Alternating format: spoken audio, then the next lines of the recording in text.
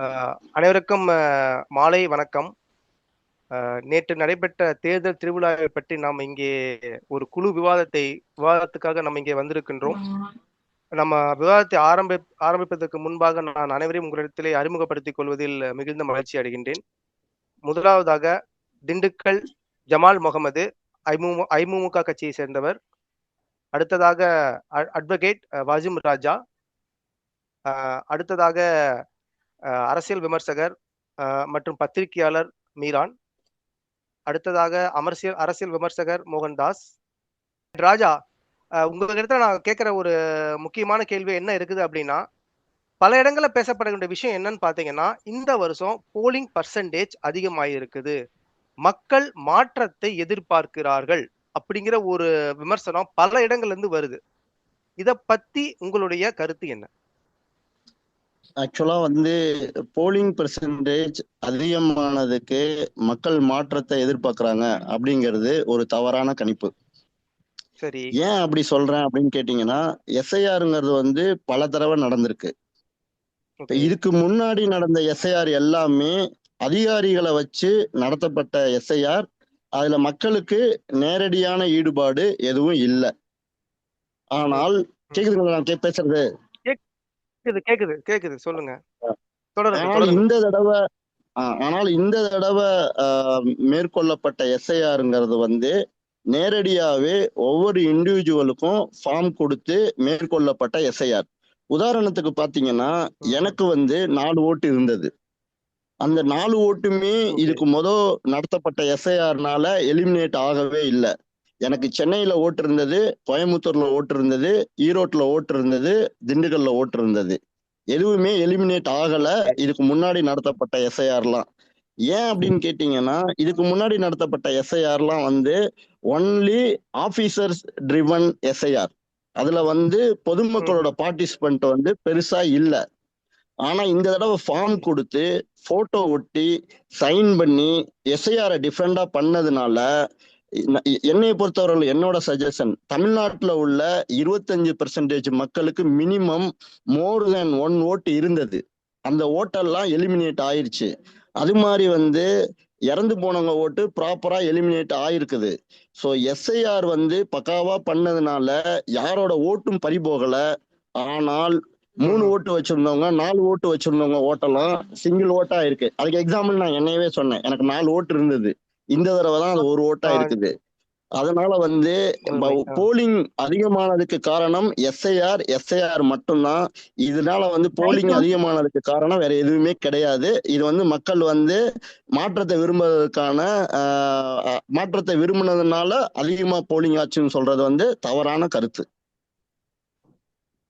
Okay நன்றி sir. நான் உங்களுக்கு அடுத்து மறுபடியும் மீண்டும் வரேன். நான் அடுத்ததா வாய்ப்பு பாத்தீங்கன்னா அப்படின்னு நம்முடைய திண்டுக்கல் சேர்ந்த ஜமால் அவர்கிட்ட ஒரு கேள்வி கேட்க விரும்புறேன்.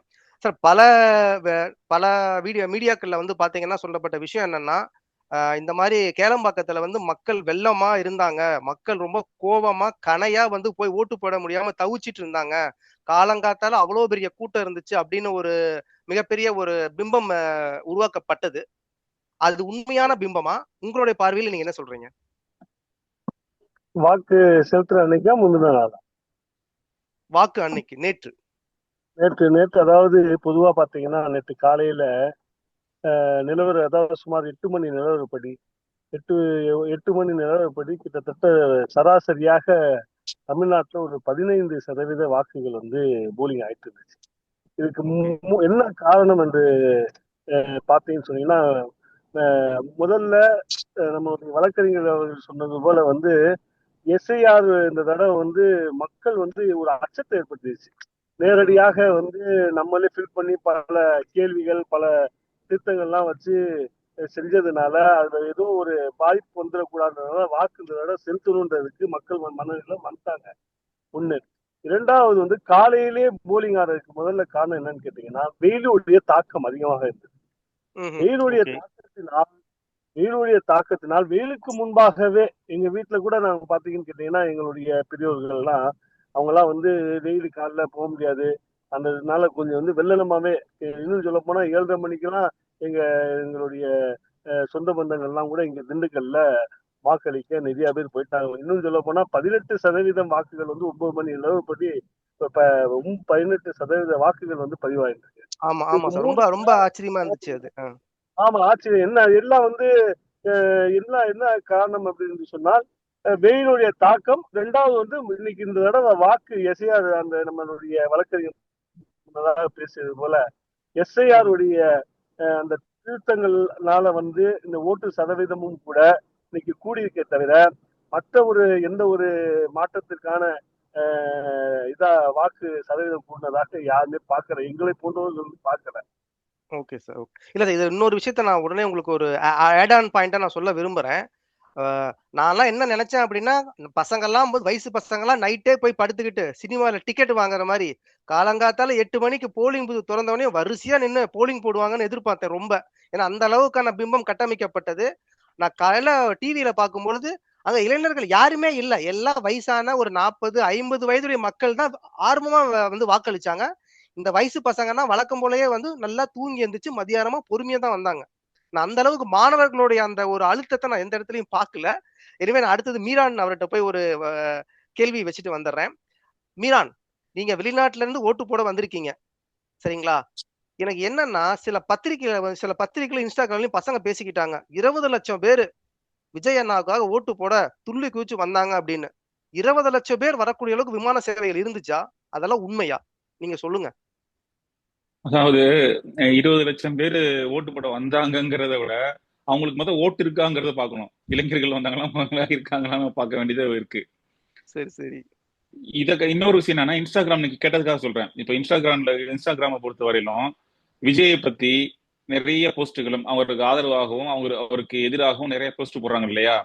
அதுல ஆமா. 2 இருக்கு. ஒண்ணு வந்து விஜய்க்கு நிஜமாவே ஆதரவு தெரியக்கூடிய சில ரசிகர்கள் இருக்கத்தான் செய்யறாங்க.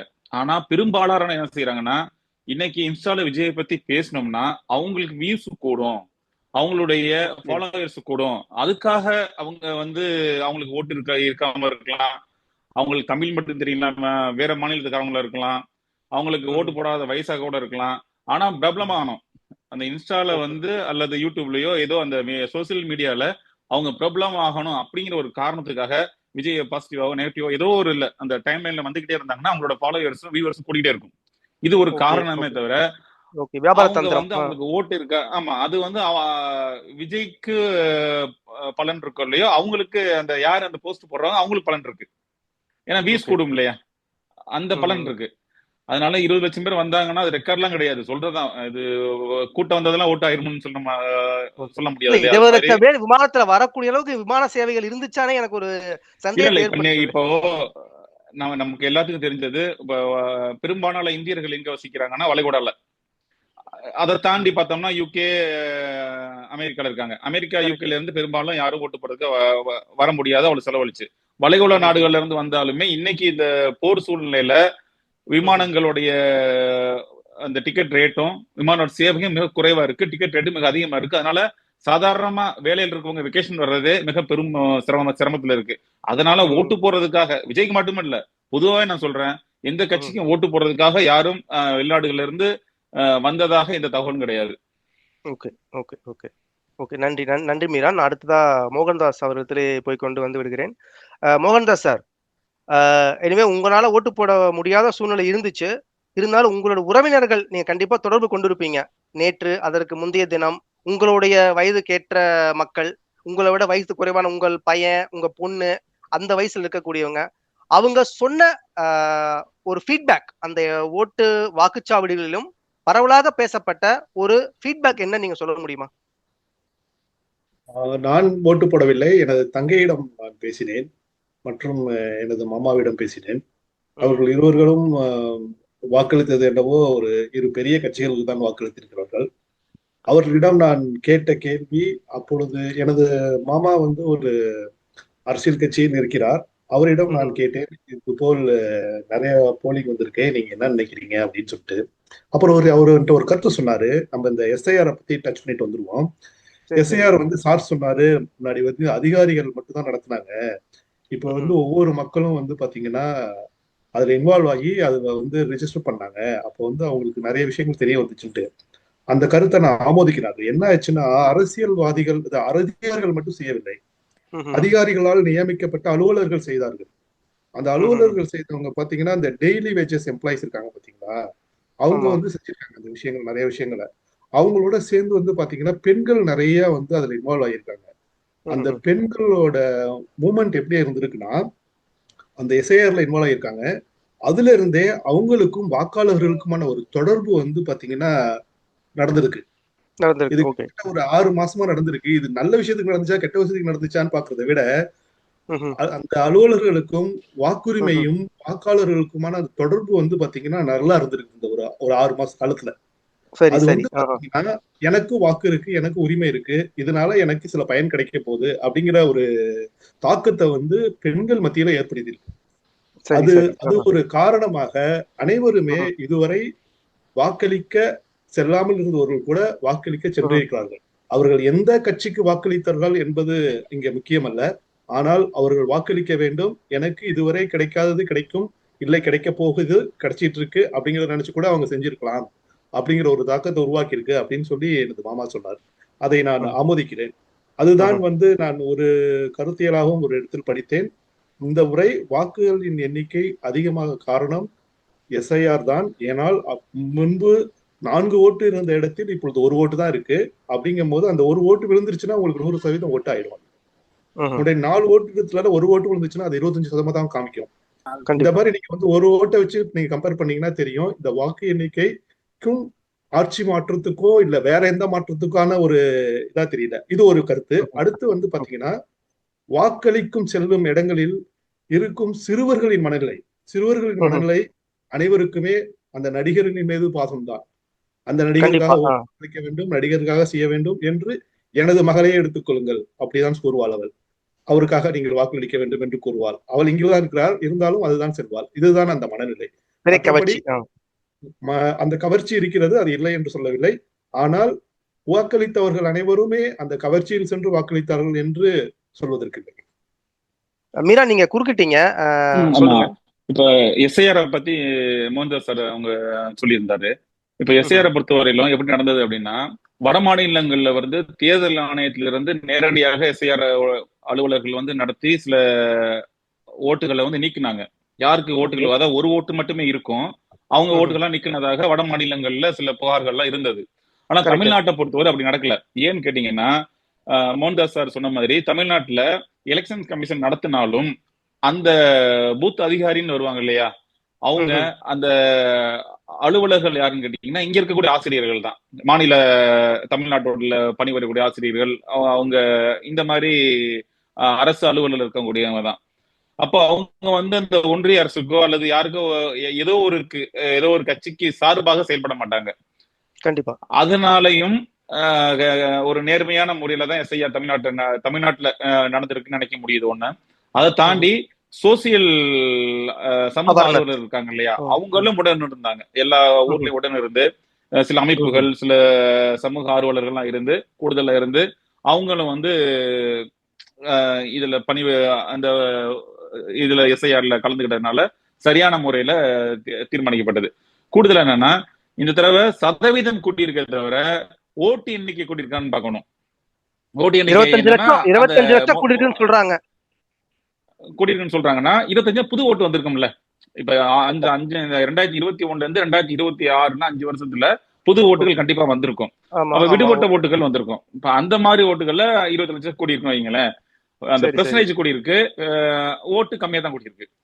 ஆனா ஓட்டு பெர்சன்டேஜ் வந்து எல்லாருமே ஓட்டு போட்டாங்கன்னா ஒரு குறிப்பிட்ட ஆளு புதுசா வந்திருக்காரு அவருக்காக, இல்ல ஒரு நடிகருக்காக, அப்படி யாரும் வரல. இந்த முதல்ல வழக்கறிஞர் வசீம் அவர்கள் கொண்டாங்க இல்லையா, அது மாதிரி சில பேருக்கு பயம் வந்திருக்கும். எஸ்ஐஆர்ல வந்தனால எங்களோட ஓட்டு இருக்குமா இருக்காதா அப்படிங்கறதுனால எல்லாருமே முதல்ல வந்து ஓட்டு போட்டுட்டு போனதுக்கு கூட ஆர்வத்துல, பயத்துல, என்ன ஓட்டு இருக்குமா இருக்காதா, போட விடுவாங்களா விட மாட்டாங்களா, அந்த ஒரு பயத்துல வந்து போட்டதுனால கூட அதிகமாக வந்திருக்க வாய்ப்பு இருக்கு. ஒரு நிமிஷம், வாசிம் அவர்கள் ஏதோ சொல்லணும்னு நினைக்கிறாரு சார், நீங்க சொல்லுங்க சார். இப்ப மீரான்னு சொன்னதோட நான் ஒரு பாயிண்ட் வந்து ஆட் பண்ண விரும்புறேன். ஆக்சுவலா வந்து இருக்கும் போதும் எஸ்ஐஆர் நடந்துச்சு, இப்பயும் எஸ்ஐஆர் நடந்துச்சு. ரெண்டுக்கும் உள்ள டிஃபரெண்ட் என்னன்னா, இருக்கும் போதும் நடந்த எஸ்ஐஆர் எல்லாமே ஆபீசர் ட்ரிவன் எஸ்ஐஆர். இப்ப நடந்த எஸ்ஐஆர் மட்டும்தான் பப்ளிக் ட்ரிவன் எஸ்ஐஆர். அதான் வந்து இதுக்கு முதல் நடந்த எஸ்ஐஆர்ல எல்லாம் அதிகாரிக வருவாங்க, வந்துட்டு இப்ப கேட்பாங்க, பக்கத்து வீட்டுல இவரு வஜீம் ராஜா இருக்காரா அப்படிங்கிற மாதிரி. நான் இருக்க மாட்டேன் வேலுவார்கோட்டையில, அதனால பக்கத்து வீட்டுல இருக்கிற என் அண்ணனும் என் தம்பியும் ஆமா இருக்கிறாரு அப்படின்னா டிக் பண்ணிட்டு போயிட்டு இருந்தாங்க. அந்த மாதிரிதான் எஸ்ஐஆர் இருந்தது. ஆனா இந்த எஸ்ஐஆர் வந்து பப்ளிக் ட்ரிவன் எஸ்ஐஆர். ஒவ்வொரு ஆளுமே நேரடியா அவங்க போட்டோவை ஒட்டி இந்த எஸ்ஐஆர்ல இருந்தாங்க. அதுதான் இந்த எஸ்ஐஆரோட மிகப்பெரிய சக்சஸே. இது வந்து public driven S I R, not officer driven S I R. That is what I want to add. Okay sir, நன்றி சார். அது நான் என்ன புரிஞ்சுக்கிறேன் அப்படின்னா, மீரான் சொன்னதுல இருந்து ஒரு விஷயம் புரிஞ்சுக்கிறேன்னா, இந்தியாவிலேயே ஒரு கல்வி அறிவு அதிகம் பெற்ற மாநிலம் தமிழ்நாடு. ஸோ இந்த ஒரு விஷயத்துல கூட மக்கள் கிட்ட ஒரு விழிப்புணர்வு இருந்துச்சு. சுத்தி இருக்க அமைப்புகள், ஆசிரியர்கள், அரசு ஊழியர்களோட மிகப்பெரிய ஒரு சாதனையினால நம்ம இதை இன்னைக்கு சக்சஸா கொண்டு போயிருக்கோம், இந்த எஸ்ஐஆர் அப்படிங்கிற விஷயத்த. நான் அடுத்து இரண்டாவதா இப்ப மறுபடியும் நம்மளுடைய ஜமால் அவர்கிட்ட ஒரு கேள்வி கேட்க விரும்புறேன் சார். பரவலா ஒரு விஷயம் ஒரு விஷயம் வந்து நான் கேள்விப்பட்டேன் சார். அதாவது சிறுபான்மையினர்களோட ஓட்டை வந்து பிரிக்கணும் அப்படின்னு முயற்சி பண்ணக்கூடிய இடத்துல, ஓகே, ஒரு சிறுபான்மையத்தை சேர்ந்த ஒருத்தரை கொண்டு வந்து நம்ம நிறுத்தணும் அப்படின்னா, அதை பிரிச்சோம் அப்படின்னா தமிழகத்துல ஒரு விதமான ஷேக்கிங், அதாவது ஒரு மாற்றத்தை கொண்டு வரணும் அப்படின்னு நினைத்துதான் ஒருத்தரை கொண்டு வந்திருக்கிறார்கள். அது போன்று சிறுபான்மையர்களும் அவர்களுக்கு வாக்களித்தார்கள், ஆதரவு இருந்துச்சுன்னு சொல்லிட்டு ஒரு பரவலான ஒரு பேச்சு இருக்கு. அதை பத்தி உங்களோட கருத்து என்ன சார்? அதாவது நீங்க ஓப்பனா கேட்டுடலாம், கேட்டீங்கன்னாவே ஒன்றும் பிரச்சனை இல்லை, பேசிடலாம். விஷயம் என்னன்னு கேட்டீங்கன்னா, இது வந்து முதல்ல வந்து ஒரு விஷயத்த வந்து எல்லோரும் விளங்கிக்கணும். இது வந்து திராவிட மண். தமிழ்நாட்டுல வந்து இப்பொழுது கல்வி அறிவு வந்து ரொம்ப தெளிவா மக்கள் விளங்கக்கூடிய, இன்னும் சொல்லப்பட வேண்டும் என்று சொன்னால், இஸ்லாமிய சமுதாயம், சிறுபான்மையினர் இஸ்லாமிய சமுதாயம் வந்து பெண்கள் மத்தியில கூட இப்ப அரசியல் வந்து தெளிவு வந்து திறந்திருக்கிறது. முன்பெல்லாம் வந்து வேற மாதிரி இருந்தாலும் கூட இப்ப பெண்கள் மத்தியில ஒரு அரசியல் தெளிவு வந்து புகுந்திருக்கிறது. எந்த மாதிரி என்று சொன்னால், பல தேர்தல்களை, இந்தியாவில் உள்ள தேர்தல்களை உன்னிப்பாக கவனிக்கக்கூடிய ஒரு மாநிலமாக தமிழ்நாடு இருக்கிறது. இன்னும் அதே போல முன்பெல்லாம் வந்து தொலைக்காட்சிகள்லாம் கிடையாது. செய்திகள்லாம் படிக்கிறது, பார்ப்பதெல்லாம் வந்து கொஞ்சம் அரியதாக இருந்தாலும், தற்போது உள்ள செய்திகள் இந்த வலைதளங்கள்ல வரக்கூடிய செய்திகளை இப்பொழுது எல்லா கையிலும் வந்து மொபைல் இருக்கிறதுனால, அவர்களும் அரசியல் பொறுத்தவரை திராவிட முன்னேற்ற கழகமும் அனைத்து இந்திய அண்ணா திராவிட முன்னேற்ற கழகம் மட்டுமே இருந்து கொண்டிருக்கின்றது. புதிதாக வரக்கூடியவர்களை எப்படி பார்த்தார்கள் என்று சொன்னால், ஒரு புதிதாக வரக்கூடிய ஒரு இஸ்லாமிய கட்சியிலேயோ இல்ல இந்த கட்சிகளுக்கு இடையூறாக இருக்கக்கூடிய ஒரு மூன்றாவது கட்சியை நிப்பாட்டி ஒரு முஸ்லிம் வேட்பாளரை நிறுத்தினார்கள் என்று சொன்னால், நிச்சயமாக அது வந்து வாக்கை பிரிக்க செய்து யார் வர வேண்டுமோ அவர்களுடைய வருகை நிறுத்தப்பட்டு அந்த தொகுதி மட்டுமல்ல ஒட்டுமொத்த தமிழ்நாட்டிற்கும் பாதிப்பு உண்டாகிவிடும் என்ற ஒரு நல்ல சிந்தனை எல்லாம் மக்கள் மத்தியிலே வந்து விட்டது.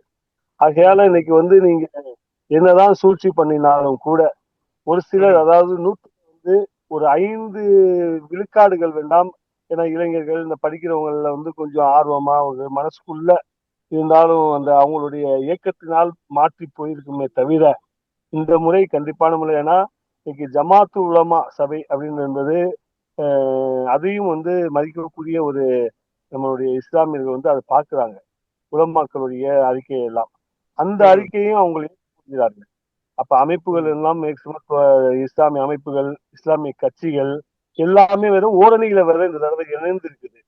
நீங்க என்னதான் இருந்தாலும் பிரிவினைக்காக ஒரு முஸ்லீம் வாக்குகளை இந்த இடத்தை பிரித்தா இந்த இடத்துல அதிமுக வந்துடும் என்று ஒரு சூழ்ச்சியோடு புதிதாக வந்தவர்களையோ இல்ல மற்றவர்களையோ அந்த வேட்பாளராக நிறுத்தியிருந்தாலும் கூட அவர்களுடைய அந்த சதி திட்டம் இந்த தடவை கண்டிப்பான முறையில் முறியடிக்கப்பட்டிருக்கும். அதை 4ஆம் தேதி தேர்தல் வாக்கு எண்ணிக்கையிலே அதை இந்த சமுதாயத்தை நிரூபித்திருக்கும் என்ற ஒரு நம்பிக்கை இருக்கின்றது எனக்கு.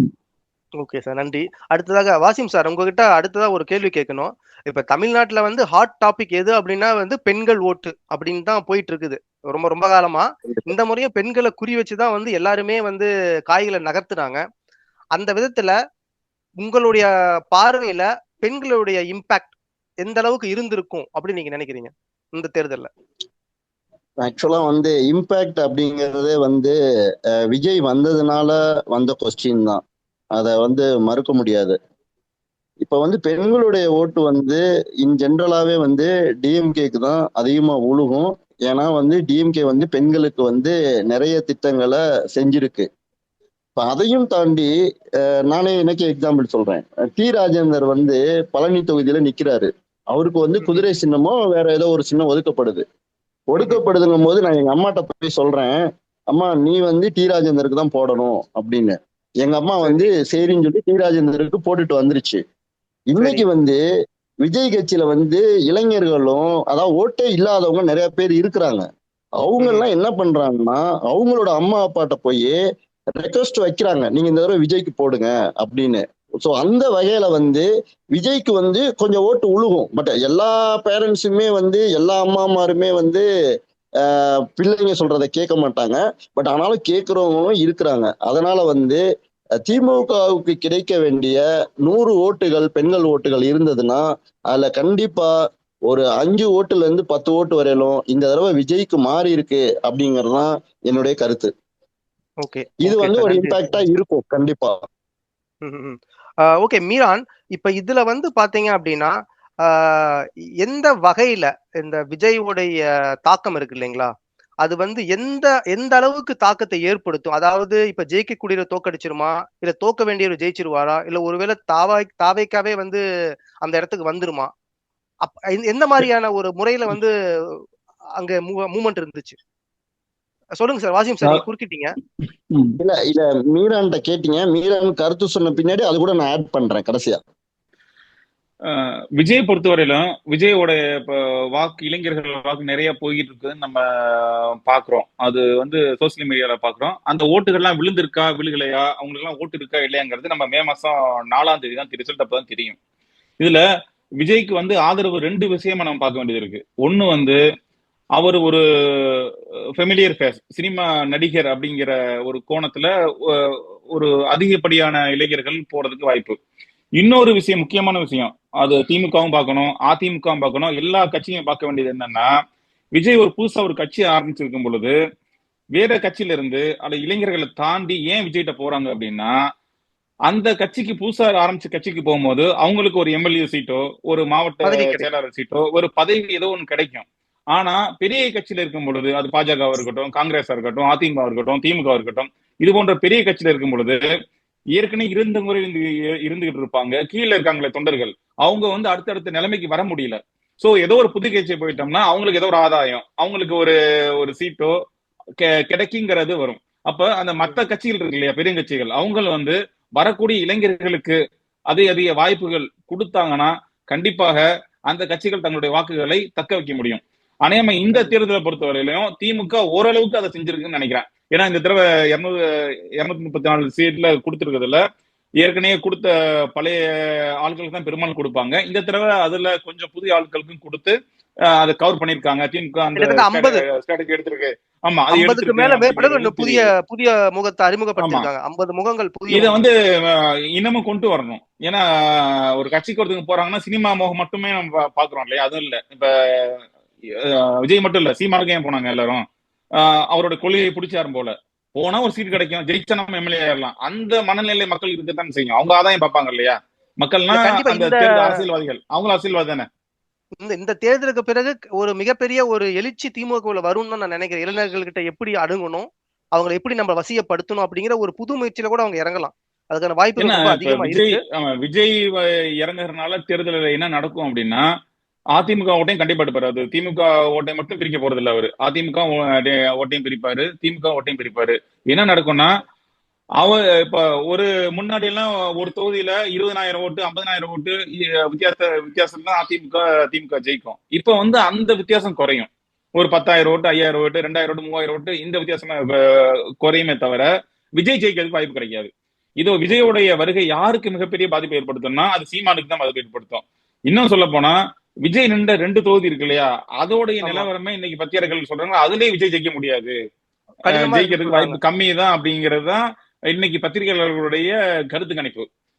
அது ஜெயிக்கலாம் ஜெயிக்காம போகலாங்கிறது நமக்கு தேர்தல் முடிவுல தான் தெரியும். ஆனா இன்னைக்கு உள்ள கணிப்புல பார்த்தோம்னா அவருக்கு ஓட்டு வேணா பிரிக்கலாமே தவிர அவரும் ஒரு குறுகிய ஓட்டை வாங்கலாம். ஆனா வெற்றி வாய்ப்புங்கிறது அவருக்கு சுத்தமா கிடையாது. அவரோட தொகுதியில விஜயோட தொகுதியில விஜய் ஜெயிக்கிறது வாய்ப்பு கம்மி அப்படிங்கிறதா விஜயோட இன்னையோட தொகுதி நிலவரம். இல்ல விஜயோட 2 தொகுதியில தொகுதியில போட்டிருக்காரு, திருச்சியிலையும் ஆமா, இதுலயும். ஆமா, 2 2 தொகுதியிலையும் இடத்துலயுமே அவர் வந்து பதிவான வாக்குகள் பெரிய அளவில் மாற்றம் இல்லை. இதுதான் மிக முக்கிய செய்தி. 2000 வாக்குகள் தான் அதிகமாக ம். பதிவாகிறது. ஒரு அப்போ ஸ்டார் அவரே கேண்டிடேட் ஒரு சொல்றாங்க. ஸ்டார் கனெக்ட் மட்டும் இல்ல, அவர் வந்து ஒரு தாவக முதலமைச்சர் வேட்பாளர். தாவக்கல தெரிஞ்ச முகமே அவர் மட்டும்தான், தமிழ்நாட்டுக்கு தெரிஞ்ச முகம் அந்த கட்சியில் அவர் மட்டும்தான். அப்ப அவரே ஜெயிக்க முடியாது அப்படிங்கிற ஒரு கருத்து கணிப்பு இருக்கும்போது மற்ற வேட்பாளர் யாருன்னு தெரியாது இல்லையா. கண்டிப்பா. அப்ப அவங்க அவங்க வந்து விஜய் பேர்ல வந்து தமிழ்நாட்டுல மற்ற மாவட்டங்கள்ல வந்து மற்ற தொகுதிகள்ல ஓட்டுகளை பிரிப்பாங்களே தவிர அது இதுல வெற்றி பெறதுக்குலாம் வாய்ப்பு கிடையாது. நன்றி. ஓகே. போயிட்டு ஏதோ வசீம் சார் ஏதோ சொல்லுங்க, நீங்க சொல்லிடுங்க. அதுக்கப்புறம் நான் வந்து மோகன்தாஸ் கிட்ட கனெக்ட் பண்ணிடுறேன். ஓகே. ஆக்சுவலா வந்து விஜய் யாரோட ஓட்ட பிரிப்பாரு, இதுதான் வந்து பிக்கெஸ்ட் கொஸ்டின். இன் ஜென்ரலாவே பாத்தீங்கன்னா திமுகவுல இருக்கக்கூடியவர்களுக்கு கொள்கை ரீதியான ஒரு புரிதல் இருக்கும் அதிமுகவுல இருக்கிறவங்கள விட அதிகமா.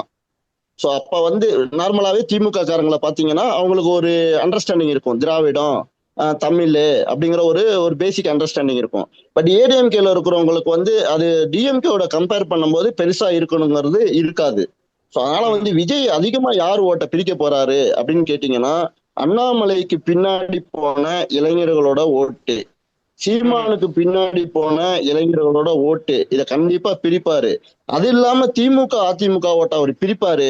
ஆனா திமுகவுல இருக்கக்கூடிய கொள்கை புரிதல் அதிமுக காரங்களுக்கு இருக்காது அப்படிங்கிறதுனால அதிமுக ஓட்ட அதிகம் பிரிப்பாரு. இதுதான். அது இல்லாம சிறுபான்மையினர் ஓட்ட வந்து கண்டிப்பா ஒரு ஒரு 2% ஓட்டாவது கண்டிப்பா பிரிப்பாரு, பிரிக்காம இருக்க மாட்டாரு. அவர்னால என்ன விளைவுகள் ஏற்படும் அப்படின்னா வெற்றியும் தோல்வியும் கொஞ்சம் மார்ஜினுக்குள்ளதான் வரும். ஒரு 2000 ஓட்டு 1000 ஓட்டு இந்த மாதிரி நிறைய தொகுதிகளில் ஏற்படுறதுக்கு வாய்ப்புகள் இருக்குது. இது வந்து பி பிராங்க், இது வந்து சம்டைம்ஸ் வந்து டிஎம்கேவையே கால வர்றதுக்கு வாய்ப்புகளும் இருக்கு. Okay okay okay. நம்ம என்ன பண்ணலாம், இதுக்கு சிறுபான்மை ஓட்டை பத்தி சகோதரர் ஜமால் அவர்கள் சொல்லியிருந்தாங்க, வசீம் இவர் நம்ம வழக்கறிஞர் வசீம் அவர்கள் சொல்லியிருந்தாங்க. அதுக்கு சின்ன ஒரு கருத்து என்னன்னா, பாராளுமன்றம் 2014 பாராளுமன்ற தொகுதியில வந்து எல்லா இயக்கங்களும், இஸ்லாமிய இயக்கங்களும் சரி, கிறிஸ்துவ இயக்கங்களும் சரி, சிறுபான்மை எல்லா இயக்கங்களும் திமுகவுக்கு தான் ஆதரவு கொடுத்துச்சு. ஆனா கடைசி நேரத்துல அப்ப இருந்த ஜெயலலிதா அவங்க என்ன செஞ்சாங்கன்னா லேடியா மோடியா அப்படிங்கிற கொஸ்டின் ஒண்ணு வச்சாங்க. ஒரே வார்த்தை தான் வச்சு ஓட்டு கேட்டாங்க. அப்போ எல்லா இஸ்லாமிய இயக்கங்களும் எல்லா கிறிஸ்துவ இயக்கங்களும் சிறுபான்மையர்களும் என்ன சொல்ல போனா இந்துக்களும் யாரெல்லாம் இருக்காங்களோ அவங்க எல்லாம் திமுகவுக்கு தான் ஆதரவா இருந்து, ஏன்னா அவங்க திமுக வந்து பிஜேபிக்கு எகென்ஸ்டா இருக்குன்னு நினைச்சாங்க. கடைசியில ஜெயலலிதா இந்த மாதிரி நான் தான் லேடியா மோடியா அப்படின்னு கொஸ்டின் வச்சோன்னே எல்லாருமே டோட்டலா ஜெயலலிதா ஜெயிக்க வச்சாங்க. 40 தொகுதி எந்த கூட்டணியும் இல்லாமல் தமிழ்நாட்டுல ஒரு வரலாற்று சாதனை படைச்சாங்க. அது காரணம் வந்து இயக்கங்களை தாண்டி மக்கள் மனசுல என்ன இருக்குன்னா, யாரு வந்து மத சார்பற்ற அந்த நிலைமையில இருக்காங்களோ, அந்த பிஜேபி போல இல்லாத பிரச்சனை உண்டு பண்ணாம மதம் சார்ந்த பிரச்சனை இல்லாத கட்சிக்கு ஆதரவு இருக்காங்களோ அவங்க போடுவாங்க, நடுநிலை இருக்காங்க போடுவாங்க. அந்த மாதிரி இந்த தடவை திமுகவுக்கு ஆட்டோமேட்டிக்கா வரும். சோ விஜய் வந்தாலுமே விஜய் வந்து பிஜேபி எடுத்து பேசினாரா, அதிமுக எடுத்து பேசினாரா, அவருடைய அஜெண்டா வந்து தன்னுடைய கடைசி பேச்சுல அவர் ஒரு தடவை பிஜேபின்னு சொல்லிட்டாரு. நீங்க வேற ஒரு தடவை பிஜேபி, ஒரு தடவை எடப்பாடி பழனிசாமி. அது ஓட் ஆயிருமா? அதான் கேள்வி, அது ஓட் ஆயிருமா? அவர் நம்புறாரு, ஒரு தடவை சொல்லிட்டோம் நம்புறாரு. ஒரே ஒரு விஷயம் என்னன்னு கேட்டீங்கன்னா, இது இந்த இப்போ வாக்கு விஷயத்துல வந்து இளைஞர்களுடைய வாக்கு விஜய்க்கு போயிட்டு சொல்றாங்கல்ல, இஸ்லாமிய வாக்கு எல்லாம் அதெல்லாம் கண்டிப்பா நம்ம எல்லாம் நாங்க அப்படி பார்க்கலாம். இன்னைக்கு வந்து புதுசா இன்னைக்கு சேர்ந்துக்களுடைய வாக்குகளை எண்ணிக்கையில வந்து படித்த இளைஞர்கள் கூட இன்னைக்கு திமுகவுடைய அரசு கல்வி சம்பந்தமான விஷயங்கள்ல மாணவர்களுக்கு வந்து வென்றெடுத்திருக்காரு.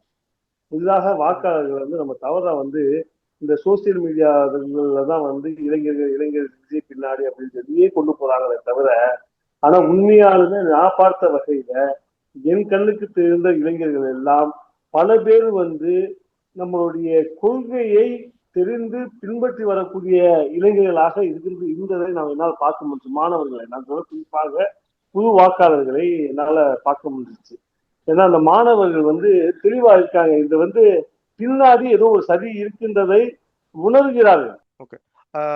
மோகன்தாஸ் சார், ஆக்சுவலி உங்ககிட்ட நான் ஒரு முக்கியமான ஒரு கேள்வியை கேட்கணும் சார்.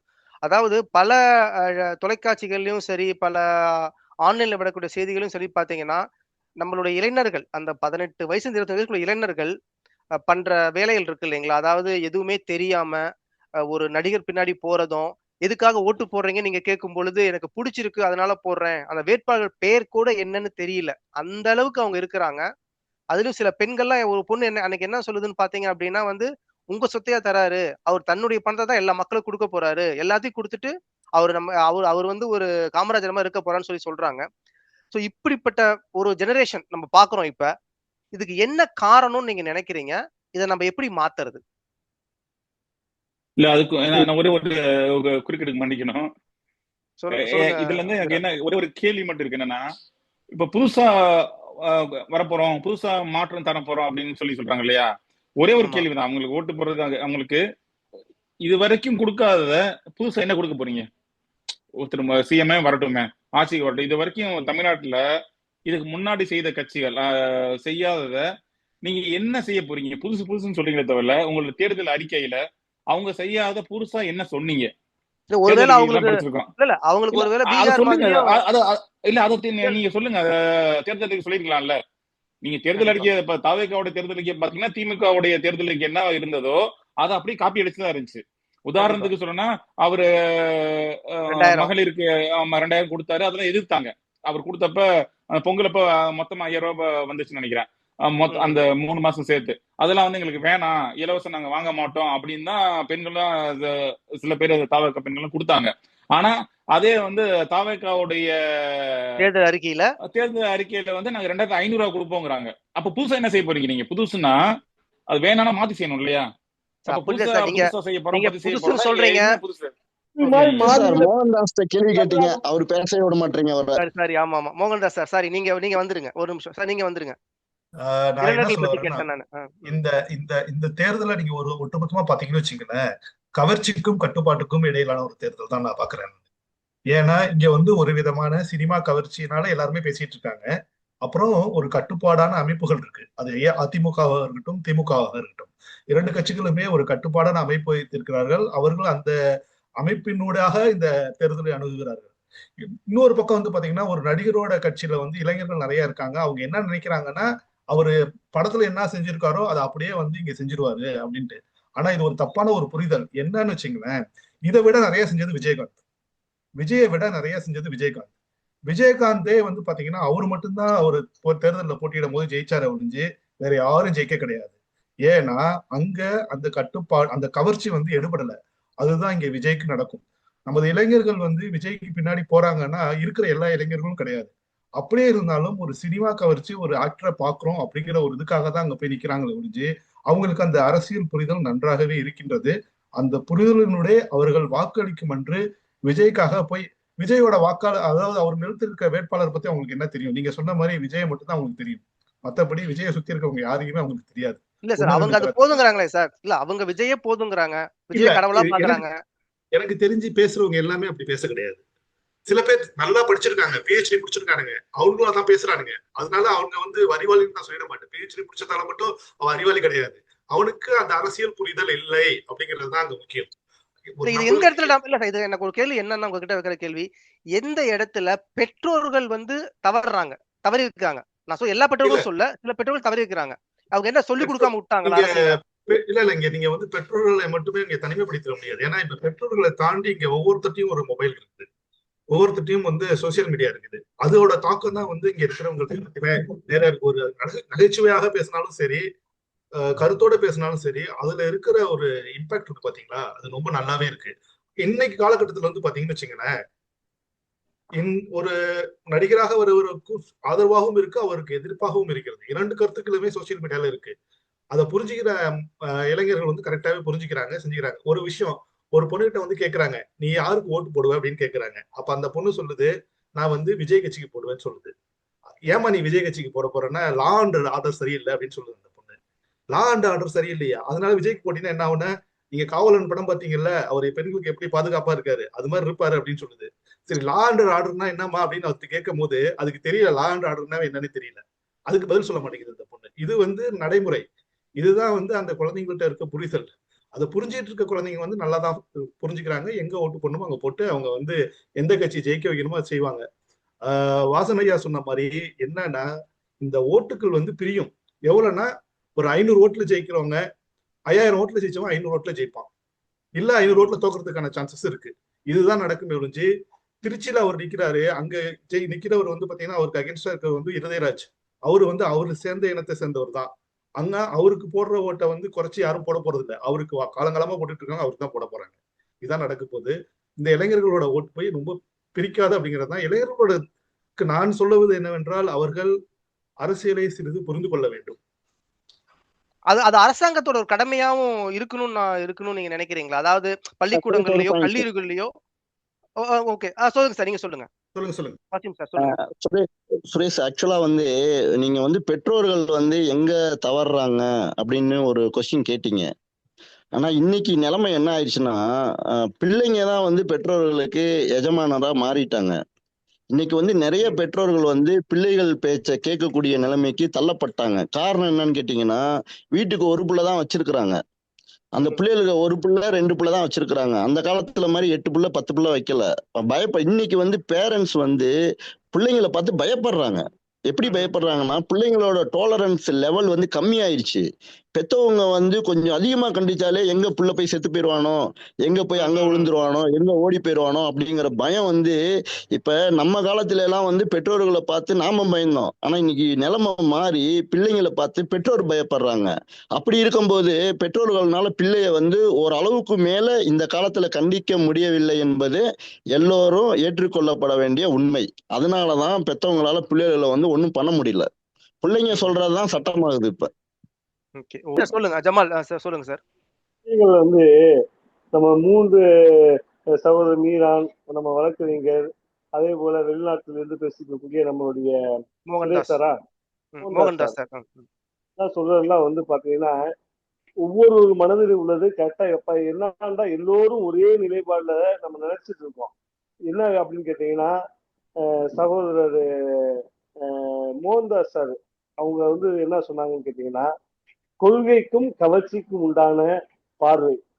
இதைதான் நம்ம சொல்றோம். இதைதான் நம்மளும் எல்லாமே பார்க்கிறோம்.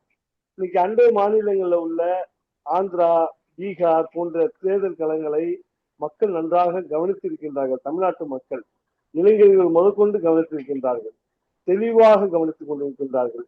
அதை வந்துதான் சகோதரர் மோகன்தாஸ் அவர்கள் சொல்லியிருக்கிறார்கள்.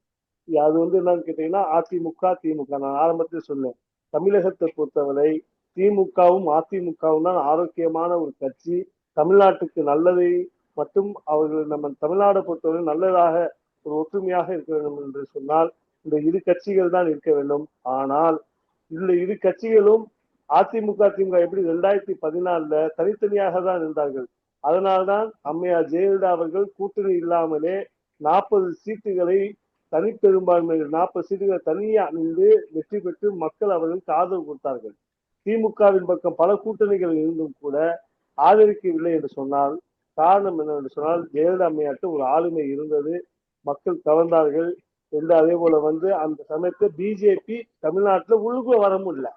ஆனால் இந்த பிஜேபி என்ற ஒரு பாசிசம் உள்ளுக்குள்ள வந்ததினால் இன்னைக்கு அந்த பார்வையாகவே நம்ம வந்து நடிகர் விஜய் அவர்களுடைய வருகையை பார்த்துட்டோம். ஏன்னா இன்னைக்கு உள்ள சூழல்ல பீகார்ல ஆந்திராவில பவன் கல்யாணுக்கு தான் பிஜேபி வந்து அங்கே கால்முடி இருக்கின்றது. அந்த நிலைமையைத்தான் இன்னைக்கு நடிகர் விஜய் மூலியமாக தமிழ்நாட்டில் வருகின்றார்கள். நேரடியாக களத்து கூட்டணி இல்லைனாலும் மறைமுகமாக வந்து விடுவார் என்ற ஒரு அச்சம் மக்கள் மத்தியிலே கேள்விக்குறியாக இருந்த சமயத்திலே மத்திய ஒரு ஒன்றிய அமைச்சர் கூட தேர்தல் பிறகு என்டிஏவும் நடிகர் விஜயுடைய தாவேகாவும் ஒன்றிணைந்து ஆட்சி அமைப்போம் என்று சொன்னதெல்லாம் நம்ம எல்லாம் செய்தியாக பார்த்திருக்கோம். ஆனா தமிழ்நாட்டு மக்கள் எல்லோரும் விளங்கி இருக்கின்றார்கள். நிச்சயமாக ஒரு ஏமாற்றத்தை என்டிஏக்கும் நடிகர் விஜய்க்கும் இந்த மண் காட்டும் என்ற தேர்தலாகவே நான் இப்போதுமே பார்க்கின்றேன். அதிக வாக்கு சதவீதம் வந்தாலும் கூட நான் பார்த்ததெல்லாம் இந்த தமிழ்நாடு என்னைக்குமே, ஏன்னா 1999 பிறகு மூப்பனார் தனியா வந்து திமுக எல்லாம் ஒரு கூட்டணி அமைச்சு வந்துட்டு இருக்க சமயத்துல வாஜ்பாயை ஆதரிச்ச திமுக 2021 தன்னுடைய ஆட்சியை இழந்ததுக்கு அப்புறம் 2001 அம்மையார் ஜெயலலிதா அவர்கள் தான் மீண்டும் திமுக ஆட்சி அமைத்தார்கள். பிஜேபி எதிர்த்தனால மக்கள் ஒட்டுமொத்தமா ஆதரிச்சு ரொம்ப, அதாவது படுதோல்வி அடைந்தார்கள் திமுக பாஜகவுடன் கூட்டணி வைத்ததன் காரணமாக. அதே போல 2004 பிஜேபி கூட்டணி விட்டு வெளியே வந்ததுக்கு அப்புறம் அவர் காங்கிரசுடன் கூட்டணி வைத்ததினாலதான் 40க்கு 40 சீட்டுகளை அவர்கள் வெல்ல முடிந்தது. பாஜகவை விட்டு வெளியே வந்ததுக்கு அப்புறம் திமுக ஜெயிச்சிச்சு. அப்ப திமுகவும் அதிமுகவுக்கும் தான் போட்டியாக பார்க்கப்பட்டதை தவிர அங்கே பாஜக இல்லாதனால ஆரோக்கியமான அரசியலை அடுத்த ஒரு அம்மையார் இறப்புக்கு முன்பு 2016 வருமே தமிழ்நாட்டு மண்ணில் திமுக அதிமுக இப்படிதான் செஞ்சுட்டு இருந்துச்சு. சரிங்க சார் புரியுது. மீரா, நீங்க ஏதோ இடையில சொல்ல வந்தீங்க.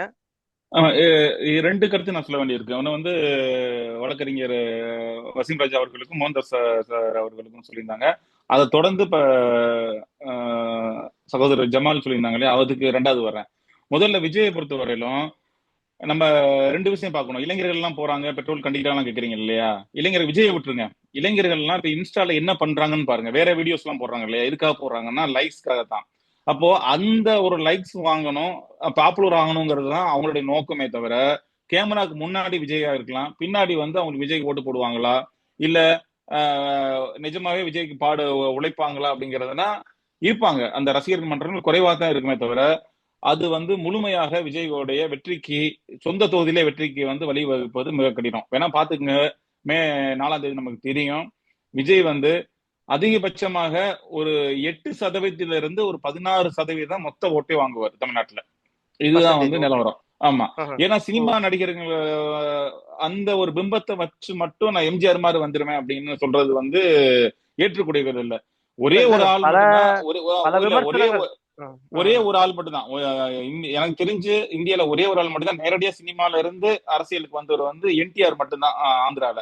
எம்ஜிஆர் வந்து சினிமாவுக்கு வர்றதுக்கு முன்னாடி அவர் எம்பியா வந்திருக்காரு, எம்எல்ஏ வந்திருக்காரு, திமுகல வந்து அடிமட்ட தொண்டரா இருந்திருக்காரு, இப்ப திமுகவுடைய பொருளாளராக வந்திருக்கிறாரு. அந்த திமுகல செயல்பட்டுக்கிட்டு இருந்திருக்கும் பொழுதே நடிகராக இருந்தாரு. அதுக்கப்புறம் தான் வந்து அவரு அரசியல் இருந்தாரு, நடிகராகவும் இருந்தாரு, அரசியல்ல இருந்தாரு, எம்எல்ஏவா இருந்தாரு. அரசியல் அனுபவங்களோடு தான் கட்சியில இருந்து பிரிஞ்சு தனி கட்சி ஆரம்பிக்கிறாரு. எடுத்தோடனே நேரடியா வந்து நான் கட்சி ஆரம்பிக்கிறேன்னு சொல்லல. அவரு கிட்டத்தட்ட பார்லிமெண்ட், சட்டமன்றம் எல்லாத்தையும் பார்த்துட்டு தான் அரசியல் அனுபவத்துடன் உள்ள வர்றாரு எம்ஜிஆர். இது ஒரு விஷயம் ஆச்சு. இப்போ நம்ம சகோதரர் ஜமால் சொன்னாருங்க இல்லையா, தமிழ்நாட்டுல வந்து திமுக அதிமுக மட்டும்தான் இருக்கணும். அது கண்டிப்பா தான் வேணும். ஏன்னா ஆரம்ப காலத்துல திமுகங்கிற ஒரு கட்சி வரும்போது அண்ணா வந்து தொடங்கும் போது எதிர்கட்சியா இருக்கு. அப்ப பிரதான ஆளுங்கட்சியா இருந்தது காங்கிரஸ். அப்ப போட்டி யாருக்கு? திமுகவுக்கும் காங்கிரஸுக்கும். அப்ப ஏன் வந்து திமுக காங்கிரஸ் இருக்கும் பொழுது மாநிலோட உரிமை வந்து முற்றுமையா பறிக்கப்படுது. சுத்த மாநில உரிமை இல்ல. அப்பதான் திமுக முடிவு பண்ணுது, மாநில கட்சிகள் இருக்கு இல்லையா, அதை உள்ள வரக்கூடாது. தமிழ்நாட்டுல வந்து தமிழ்நாட்டுடைய அதாவது தேசிய கட்சிகள் உள்ள வரக்கூடாது, மாநில கட்சிகள் தான் இருக்கணும். ஒன்றிய கட்சிகள், பெரிய பெரிய கட்சிகள் இருக்கு இல்லையா, அப்ப இருந்த காங்கிரஸ் அந்த மாதிரி கட்சிகளை உள்ள வர விடாம நம்ம மாநில கட்சிகள் எவ்வளவு பவரா இருக்கிறோமோ அதான் நம்ம ஸ்டேட்டுக்கு நல்லதுங்கிற அளவு ஸ்ட்ராட்டஜி எடுக்கும் பொழுதுதான் கொஞ்சம் கொஞ்சமா அப்புறம் வந்து எதிர்கட்சியா காங்கிரஸ் ஆகுது. அப்ப காங்கிரஸையும் எதிர்கட்சியில இருந்து எடுத்துட்டு மாநில கட்சி தான் இருந்தா தான் மாநில உரிமைகளுக்கான போராட முடியும். மத்தியிலயும் அவங்க இருப்பாங்க, எதிர்கட்சியாவும் மாநிலத்திலையும் தேசிய கட்சி இருந்துச்சுன்னா மாநில கட்சிக்கு வேல்யூ இல்லை அப்படிங்கிற ஒரு ஸ்ட்ராட்டஜி இருந்தனாலதான் எம்ஜிஆர் பிரிஞ்சப்ப கூட கலைஞர் கொஞ்சம் கூட வருத்தப்படல. ஏன்னா எம்ஜிஆர் பிரிஞ்சிருக்காருன்னா அதிமுக வலுவான ஒரு கட்சி ஆயிரும், ஒரு மாநில கட்சி, நம்ம ஒரு மாநில கட்சி. தமிழ்நாட்டுல 2 கட்சி மட்டும்தான் இருக்கும், தேசிய கட்சி உள்ள வர முடியாது. தமிழ்நாட்டுக்கு முழு பவர் இருக்குங்கிறதான் கலைஞரோட ஸ்ட்ராட்டஜியா இருந்துச்சு. அப்போ எம்ஜிஆர் போனப்ப கூட திரும்பவும் பேச்சுவார்த்தை நடத்துனாங்க. முதல் எம்ஜிஆரும் கலைஞரும் சந்திக்கிறதுக்கு மத்திய அமைச்சர் ஒருத்தர் அப்ப வந்து அங்க காங்கிரஸ் வந்து பேச்சுவார்த்தை நடத்துறாரு. 2 பேரும் சந்திக்கிறாங்க, பேச்சுவார்த்தை நடக்குது. நாளைக்கு காலையில திமுகங்கிற பேர் இருந்தாலும் ஓகே, அதிமுக பேர் இருந்தாலும் ஓகே, கலைஞரும் எம்ஜிஆரும் சேர்ந்துருவாங்கிற அளவுக்கு நியூஸ் வந்துச்சு. 2 பேரும் பேசிக்கிறாங்க, எம்ஜிஆரும் கலைஞரும். ஆனா என்ன பேசுனாங்கன்னு வெளியே தெரியாது. அடுத்த நாள் காலையில சொல்றாங்க நாங்க சேர மாட்டோம் அப்படின்னு. கடைசி வரையிலும் காங்கிரஸும் சரி வேற எந்த கட்சியும் தேசிய கட்சியும் உள்ள வரவிடாம வச்சிருந்தாங்க. ஆனா இன்னைக்கு அதிமுக என்ன ஆச்சுன்னா, அதிமுக டம்மி ஆகி அதிமுகவை வழிநடத்தக்கூடிய அளவுக்கு தேசிய கட்சியாக பாஜக வந்திருக்கு. இதுதான் நம்ம கூடிய ஒரு அச்சத்தை ஏற்படுத்துது. அப்ப மாநிலத்துக்கு உடைய அந்த உரிமைகள் டோட்டலா போயிரும்ல. மாநில கட்சி அதிமுகவை நிர்ணயிக்கக்கூடிய நிலைமையில பிஜேபி வந்துருச்சு. இதைத்தான் வரக்கூடாதுன்னு திமுக எதிர்பார்த்துச்சு. இப்ப ஸ்டாலின் கலைஞர் இருக்கும்போதும் சரி, ஸ்டாலின் அவர் இருக்கும் போதும் சரி, எல்லாமே என்ன எதிர்பார்க்கறாங்கன்னா, நமக்கு நேரடியான எதிர்கட்சியா இருக்கிறது அதிமுக இருக்கட்டும். அது என்ன இருந்தாலும் தமிழ்நாட்டுடைய கட்சி, நமக்குள்ள மோதிக்கிறோம். ஒன்றியத்திலிருந்து வந்தாங்கன்னா அந்த பவர் அங்க போயிடுச்சுன்னா நம்மளுடைய எந்த ஒரு மசோதாவும் நிறைவேற்றுறது கஷ்டம். இதுதான் அவங்களுடைய இதா இருக்கு. ஓகே மீரான், இப்ப நம்ம வந்து ஒரு இதுக்கு வந்துருவோம், முடிவுக்கு வந்துருவோம். கடைசியா வந்து இதுல உங்களுடைய ப்ரிடிக்ஷன், இந்த தேர்தலில் 230 தொகுதிகள்ல எத்தனை தொகுதிகள் திமுக கூட்டணி வெல்லும், அதிமுக கூட்டணி வெல்லும், தாவேகா வெல்லும், நாம் தமிழர் கட்சி வெல்லும்? உங்களுடைய ப்ரிடிக்ஷனை பத்தி இங்க சொல்லலாம். நீங்க யாரு? வாசிம் சார், நீங்க சொல்லுங்க சார். நான் வந்து எக்ஸாக்டா எவ்வளவு வரும் அப்படின்னு சொல்ல விரும்பல. பட் நான் என்ன சொல்ல வர்றேன் அப்படின்னு கேட்டீங்கன்னா, விஜய் வந்து ஒரு 5 தொகுதி கூட வெற்றி பெற மாட்டார். ஆனால் வெற்றி பெறுவோம் என்று நினைத்து கொண்டிருப்பவர்களை தோல்வியடைய செய்வார், தோல்வியடைவோம் என்று நினைத்து கொண்டிருப்பவர்களை வெற்றியடைய வைப்பார். அதான் என்னுடைய ஃபைனல் கருத்து. அப்ப யாரு முன்னிலையில வகுப்பாங்கன்னு இப்போதைக்கு உங்க சொல்ல முடியாது. ஆமா, சொல்ல முடியாது. ஆமா, ஏன்னா ஜெயிக்கலாம்னு நினைக்கிறவங்க கண்டிப்பா தோப்பாங்க, தோக்கலாம்னு நினைக்கிறவங்க கண்டிப்பா ஜெயிக்கலாம். இது வந்து தொகுதி வாரியா சொல்றேன், ஒவ்வொரு தொகுதியுமே. ஏன்னு கேட்டீங்கன்னா, விஜய் வெற்றி பெற மாட்டார், ஆனால் குழப்பத்தை ஏற்படுத்துவார். ஸ்பாயிலர். ஆமா, ஸ்பாயிலர் இருப்பார். Okay okay sir. Jamal sir, நீங்க சொல்லுங்க உங்களுடைய பார்வையில். இறுதிக்கட்ட பேச்சு. வந்து 7 சட்டமன்ற தொகுதிக்கு கடந்த 2021 வந்து 4 தொகுதிகள்ல வந்து திமுகவும் 3 தொகுதிகள் அதிமுகவும் வெற்றி பெற்றிருக்கு. இந்த முறை வந்து விஜய் நாம் தமிழர் கட்சியுடைய வாக்குகளை பாதியை வந்து பிரித்து விஜய் எடுத்திருந்தாலும், விஜய்க்கு ஒரு கணிசமான வாக்கு வந்திருந்தாலும் கூட கண்டிப்பான முறையில் திண்டுக்கல் 7 தொகுதியில 6 தொகுதியை திமுக வந்து கண்டிப்பான முறையில் திமுக மதசார்பற்ற கூட்டணி வெல்லும். அதே போல ஓவரால் தமிழ்நாட்டுல 180க்கு மேல உள்ள சீட்டுகளை தான் திமுக கைப்பற்றும். என்னுடைய பார்வையா இது வந்து திரும்பவும் சொல்கின்றோம், இது மாற்றத்திற்கான வாக்கு சதவீதம் அல்ல, எஸ்ஏஆர் குறைப்புக்கான ஒரு வாக்கு சதவீதமாக தான் பார்க்கின்றோம். அதே போல விஜயுடைய வருகையினால் நிச்சயமாக திமுகவுக்கு பாதிப்பில்லை என்பதையும் நிரூபிக்கக்கூடிய ஒரு தேர்தலாகவும் இது அமைந்திருக்கும் என்பதை 4ஆம் தேதி வாக்கு எண்ணிக்கை போது எல்லோரும் புரிந்து கொள்வார்கள். இந்த நாடு, தமிழ்நாடு, குறிப்பா மதசார்பற்ற நாடு, பாசிசத்திற்கும் இங்கே நடிகர்களுக்கும் இங்கே எந்த ஒரு சம்பந்தத்தையும் குத்துற மாட்டோம் என்பதை நிரூபிக்கக்கூடிய ஒரு தேர்தலாக அமைந்திருப்பதனால் இந்த கருத்தை நான் படிச்சேன். சரிங்க சார், நன்றி. இறுதியா மோகன்தாஸ் சார், உங்களுடைய கருத்து. நான் தமிழகத்தில் இல்லை, இருந்தாலும் தமிழ்நாடு வெல்லும் என்றே நான் எனது உரையை முடித்துக் கொள்கிறேன். ஓகே சார், நீங்க வந்து எண்ணிக்கையை சொல்லாம உங்களுடைய எண்ணத்தை சொல்லிருக்கீங்க. அது வாழ்த்துக்கள். பாப்பலாம். நம்ம 4ஆம் தேதி உங்களுடைய எண்ணம் எப்படி இருக்கின்றது, தமிழ்நாட்டுடைய எண்ணம் என்பதை பார்க்கலாம். கவர்ச்சி ஒரு 10% எடுத்தாலும் தமிழ்நாடு வெல்லும். கடைசியா நீங்க கொள்கை வெல்லும் என்று நம்பிக்கையுடன் இருக்கிறீர்கள். கொள்கை வெல்லும். நம்ம பார்த்து விடலாம். மீரான், உங்களுடைய இறுதிக்கட்ட ஒரு கருத்து. என்னுடைய கருத்தும் மத்த பத்திரிகையில படிச்ச கருத்தும் தான் நான் சொல்றேன். அந்த கருத்துக்கள் அடிப்படையில விஜயோட வருகையினால ஓட்டுகள் வந்து குறையும். யாருக்குன்னா திமுகவுக்கும் அதிமுகவுக்கும் ஒரு நாம் தமிழருக்கும் நிச்சயமாக ஓட்டுகள் குறையுமே தவிர விஜய்னால ஒரு இடத்துல கூட ஜெயிக்க முடியாது. இது ஒண்ணு. விஜய் இப்ப வந்து வாஸ் அவுட். அவரு கணிசமான ஓட்டு வாங்குவாரு. 8ல இருந்து ஒரு 16% ஓட்டு வாங்குவாரே தவிர அவர் வந்து வெற்றி பெறதுக்கான வாய்ப்புகள் இல்லை. ஒண்ணு. அதுக்கு அடுத்து அவர்னால ரொம்ப பாதிக்கப்பட்டவர் யாருன்னா, ஏற்கனவே 8% வாக்கு வைத்து இந்த சீமான் அவர்கள் இன்னும் அவருடைய வாக்கு சதவீதம் குறையும். அவருக்கும் வாக்கு சதவீதம் குறைஞ்சிரும்.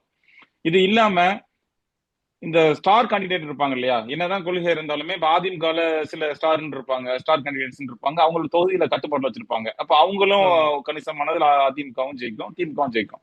அப்படி பார்க்கும் பொழுது ஆமா, ஒரு ஒரு டிஸ்ட்ரிக்ட்ல இருக்கும்.